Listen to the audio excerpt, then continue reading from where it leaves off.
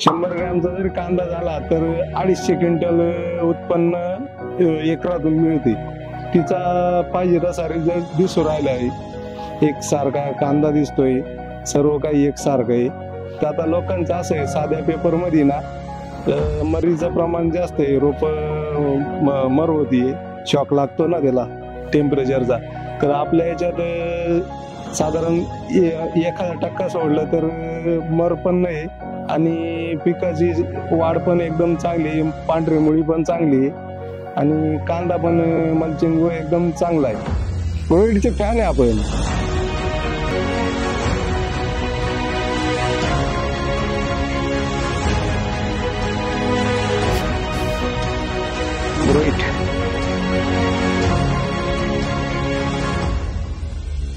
नमस्कार, माझे नाव प्रकाश बाळासाहेब पाटोळे, मुक्काम पोस्ट कोठरे, तालुका निफाड, जिल्हा नाशिक। मी बऱ्याच दिवसापासून म्हणजे नोकरी प्लस शेती पण करतो, पण काहीतरी नवीन करायच्या दृष्टीने ना मग मी डाळिंब लावलं। तर डाळिंबात मला आहे ना आमचे मित्र अमोल शंकरबाळ, शिवम ट्रेडर्स, लोणवाडी, निफाड, तर यांच्याकडून ग्रोइट कंपनीबद्दल माहिती मिळाली होती। तर ग्रोइटचे पेपर मी डाळिंबासाठी यूज केला, डाळिंबाला यूज केला। त्याच्यानंतर सलग 2 वर्षापासून मिरचीला, आता 3रा सीझन मिरचीला पण यूज करतोय।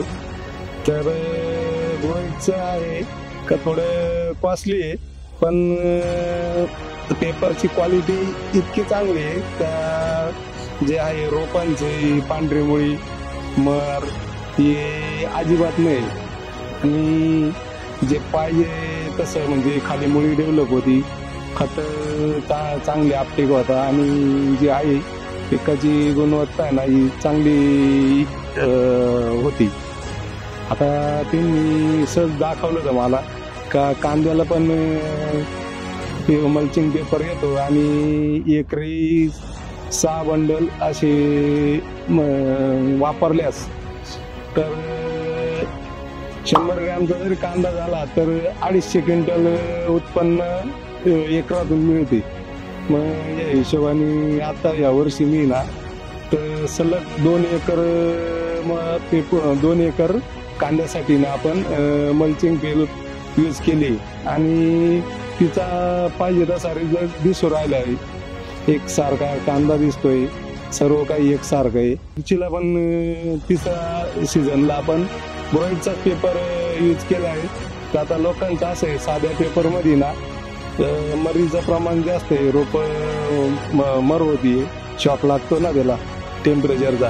तर आपल्या याच्यात साधारण 1% सोडलं तर मर पण नाही आणि पिकाची वाढ पण एकदम चांगली, पांढरी मुळी पण चांगली आणि कांदा पण मल्चिंग एकदम चांगला आहे। आपला आज 60 दिवसाचा कांदा आहे, ग्रोइट कंपनीचा ग्रो3 मल्चिंग पेपर कांदा आहे। तर साधारण एका एकरात 6 बंडल कंपनीचं म्हणणं आहे का 6 बंडल बसता। तर त्या हिशोबाने आपण लागवड केली आहे।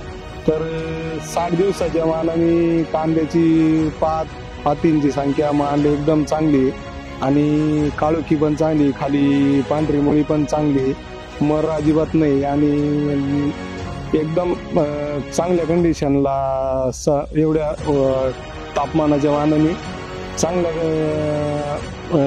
ग्रोथ आहे त्याची। असं ॲव्हरेज पण चांगलं निघालं असं वाटतंय। असं आपला सलग आता 3रा मिरचीचा सीझन आहे। आपली दरवर्षी 1 एकर मिरची असते। तर आपण मिरचीला ग्रोइटचा ग्रो6 हा 6 महिने चालणारा मल्चिंग पेपर वापरतो। तर त्या पेपरचे फायदे असे का वरून जास्त आतमध्ये गरम होत नाही, तापमान संतुलित राहतं, मिरचीचे फुटव्यांची संख्या, पांढऱ्या मुळीची संख्या खूप वाढते आणि पिकाची मिरचीची ग्रोथ पण एकदम हे होते, थ्रिप्सचा प्रादुर्भाव होत नाही आणि बाकी कंपन्यांच्या पेपरच्या तुलनेत जेव्हा म्हणजे आपण 6-7 महिन्यानंतर मिरची आपण काढून टाकतो तर आपला एकदम असा रोल मध्येच पेपर गोळा करून घेता येतो, त्याचे तुकडे होते नाही, मातीत मल्चिंग राहत नाही आणि पीक पण एकदम म्हणजे थोडा कमी खर्चात पीक तयार होतं.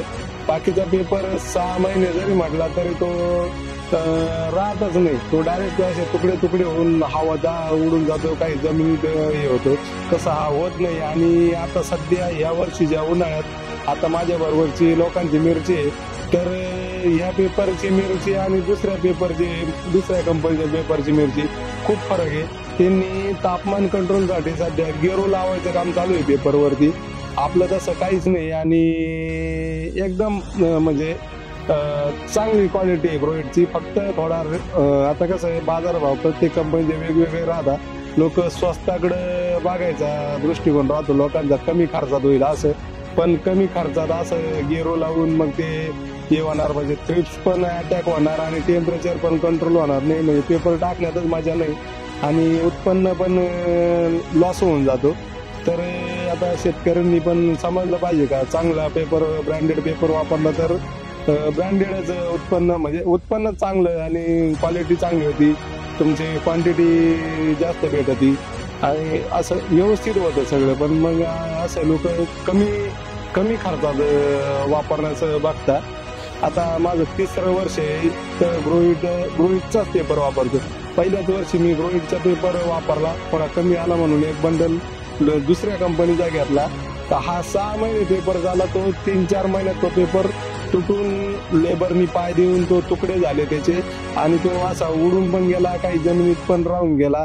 आणि त्या ठिकाणच्या मिरचीचं म्हणजे काय म्हणता, आपलं फळांची गुणवत्ता आणि त्याचं फळांचे म्हणजे जेवढे ह्या पेपरवर फळ निघायचे, मिरची जेवढी निघायची तेवढी त्याच्यावर निघत नव्हती, असं थोडं कमी प्रमाणात निघायची आणि थ्रिप्सचा अभाव सगळंच होतं त्याच्यावर, पण त्याचं जे रिफ्लेक्शन होत नव्हतं सगळ्याच आहे. आता आपण कोणी पण पेपर टाकला असलं तर आपण पहिले सांगतो का चांगला ब्रँडेड पेपर टाका, चांगली मिरचीला एकदम चांगलं ब्रँडेड पेपर असाल तर मिरचीचं पीक एकदम सक्सेसफुल येतं आणि एकदम चांगल्या पद्धतीत हे होतं, नफा होतो. आपण मिरचीला जो पेपर वापरतो किंवा कांद्याला जो ग्रोइटचा पेपर वापरतो त्याची माहिती आमचे मित्र अमोल शेंगबाळ, शिवम ट्रेडर्स, लोणवाडी, पिंपळगाव, तालुका निफाड यांच्या मॉलमधून आपण घेतलाय. 2-3 वर्षापासून आपण यांच्याकडूनच घेतोय आणि एकदम चांगला म्हणजे त्यांनी चांगला मार्ग दाखवला आणि उत्पन्न पण जास्त भेटतंय. धन्यवाद. मी आहे ग्रोइटचा शेतकरी. Grow it, we help you grow.